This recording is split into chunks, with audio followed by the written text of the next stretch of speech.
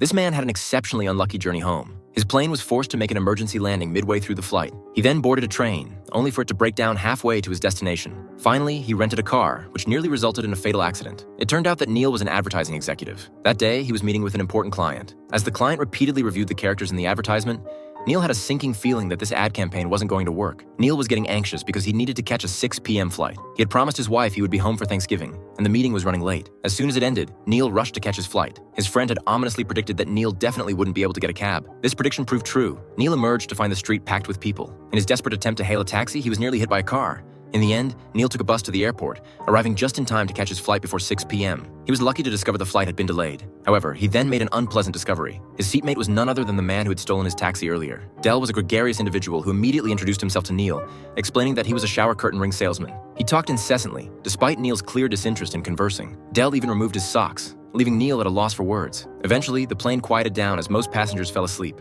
Neil had hoped to read in peace, but found himself caught between a rock and a hard place. A coughing man on one side and Dell snoring on the other. Suddenly, Dell woke up and informed Neil they wouldn't make it to Chicago that night. Neil ignored this prediction, determined to endure the 2-hour flight so he could reunite with his family. However, Dell's words proved prophetic once again. Heavy snow began falling in Chicago, forcing the plane to make an emergency landing elsewhere. Neil could only explain the situation to his wife, promising he would definitely be home on time. Dell once more predicted their flight would be canceled and they would be unable to leave that night. Again, he was correct. To avoid sleeping on the floor, they checked into a hotel. However, a horrifying sight awaited them inside. The movie described is called Planes, Trains, and Automobiles. Due to copyright restrictions, the assistant is unable to recap the full plot. If you're interested, it's recommended to watch the